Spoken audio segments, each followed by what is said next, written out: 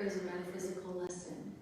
Mary was not one person who lived 2,000 years ago. We are all that. We all have the future of the world inside of us. We all get to make decisions about who and what we will be.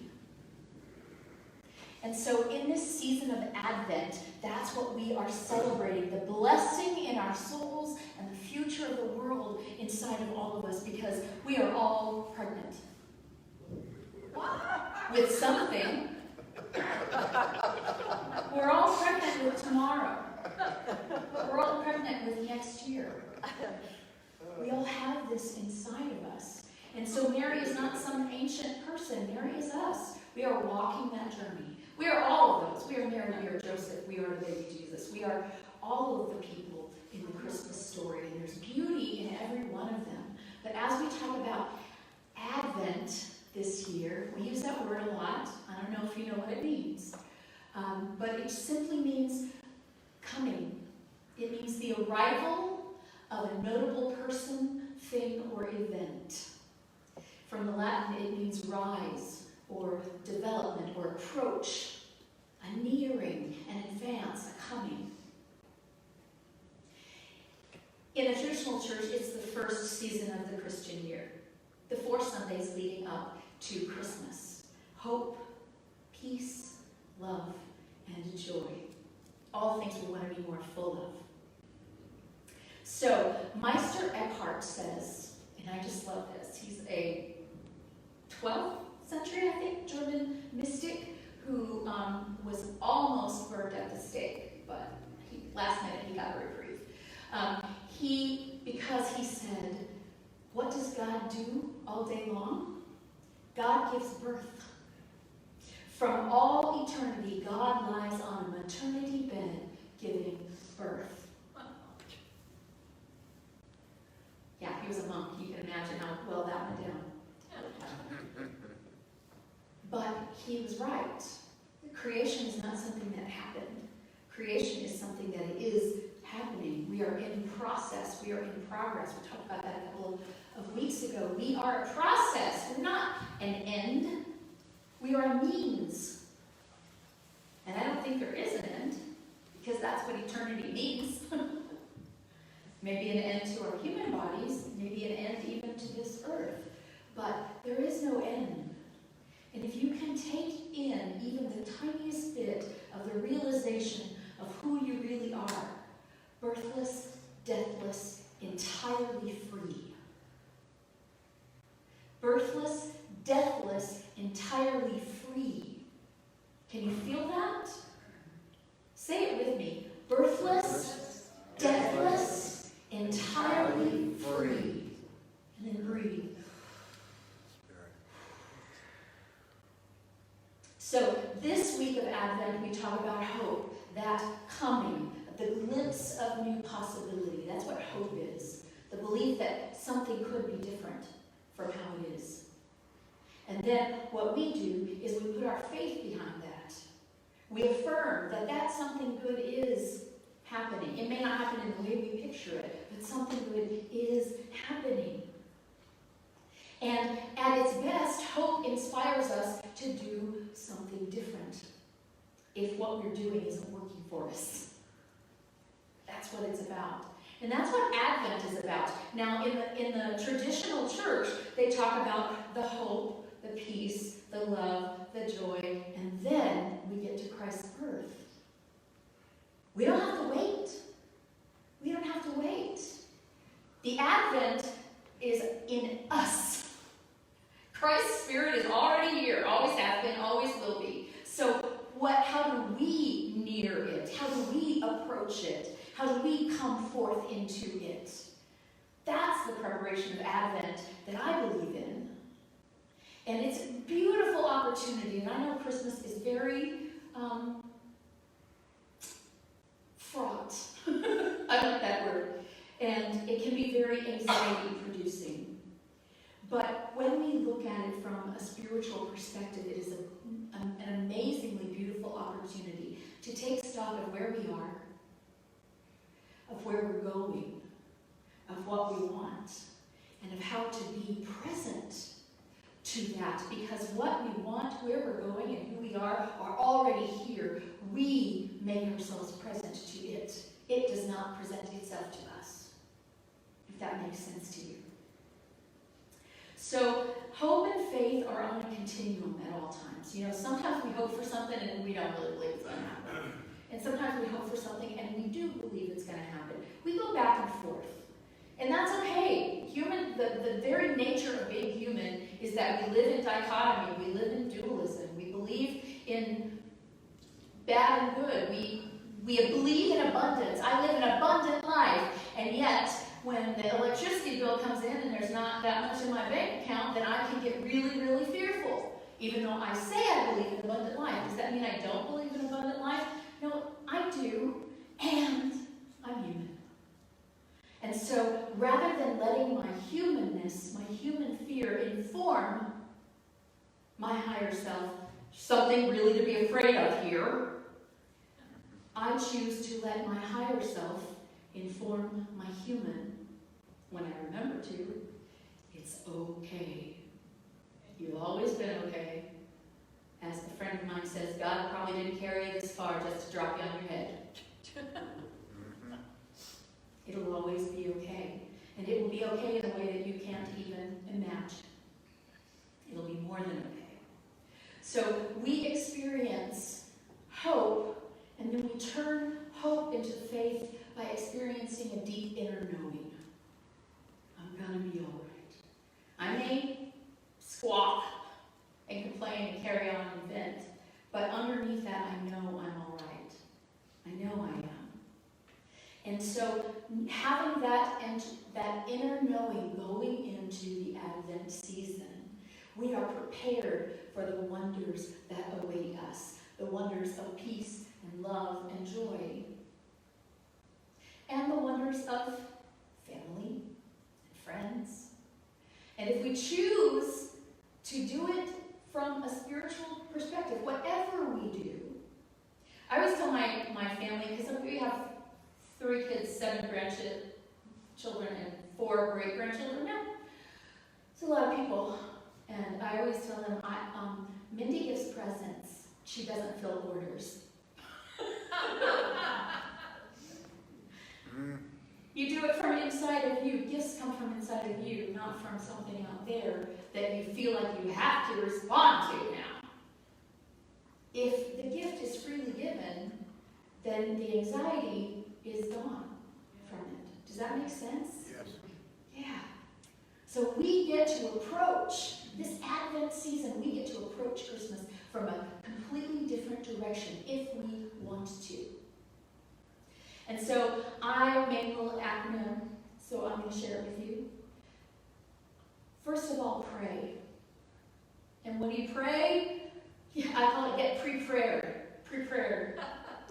Pray when things aren't going wrong so that when things do go wrong, you'll remember to pray. And note what your anxieties are. What am I anxious about? Let's take that into prayer. Question your beliefs, as we've been talking about for the past couple of weeks. Question your beliefs. I have to do so-and-so. Is that true? Is it really true? Or is that something someone else or I myself have put on me? And then find the freedom. As when in prayer you are able to get answers. And then here, rest. Rest. And this one I had to put in for me because I forget to rest. I forget. Sometimes I don't even know how. Erin came over and helped me with Thanksgiving dinner.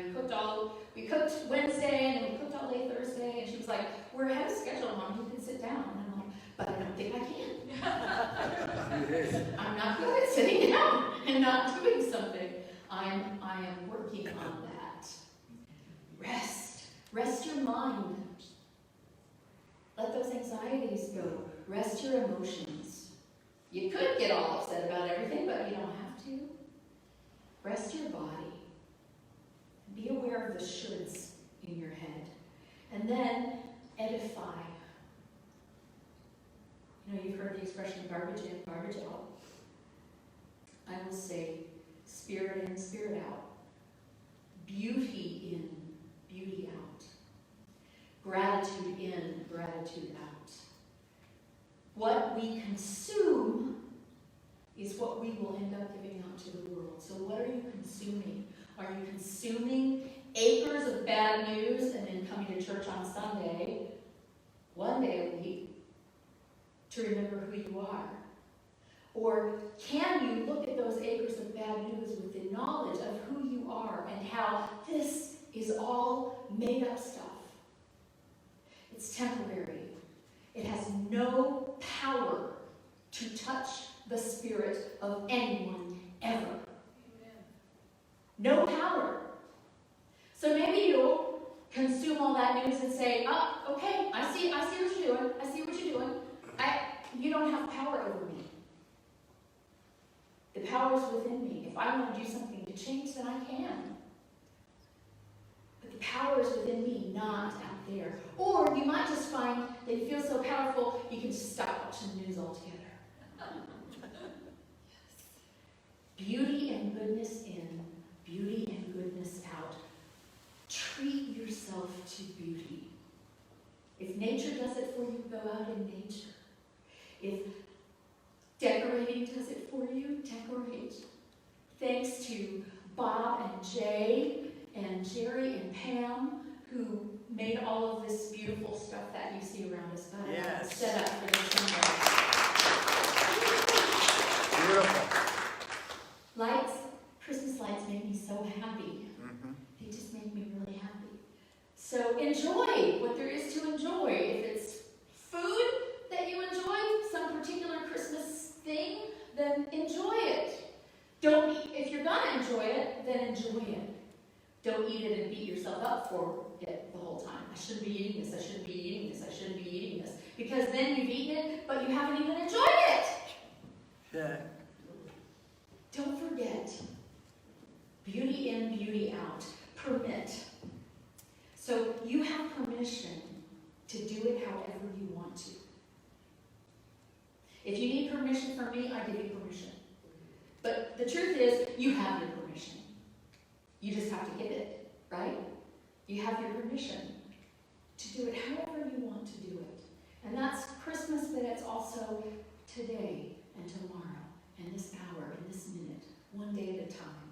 You have your permission to do it differently if you so desire.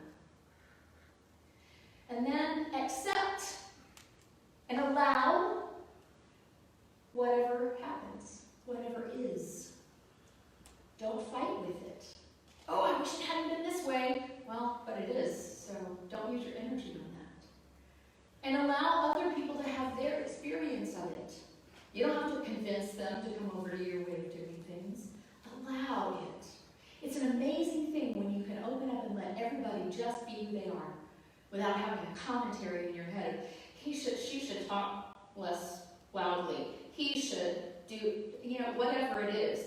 These people should. They should have come earlier. They should have come later. They should have come on time. They should have. Whatever your shoulds are. And the I shoulds too. Allow everybody to be exactly who they are. Have no expectations otherwise. And keep the focus on your business. Because there's other people's business, and there's God's business, and there's our business. And the only business we really have control over is our business. So we accept and allow, and then we release what doesn't serve us. There's a book about the magic of tidying, where people are encouraged to pick up objects in their house and hold it to their heart and say, does this bring me joy? And if it doesn't bring them joy, they're to release it.